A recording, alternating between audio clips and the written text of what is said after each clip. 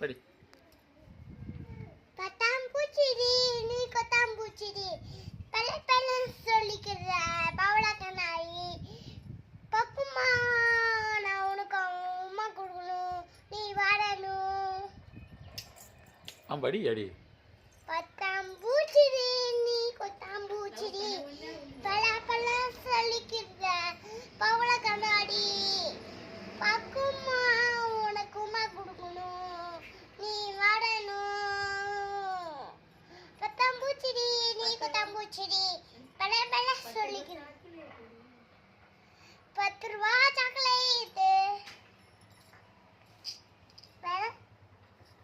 திரும்பியும் பட்டாம்பூச்சிடி தான்.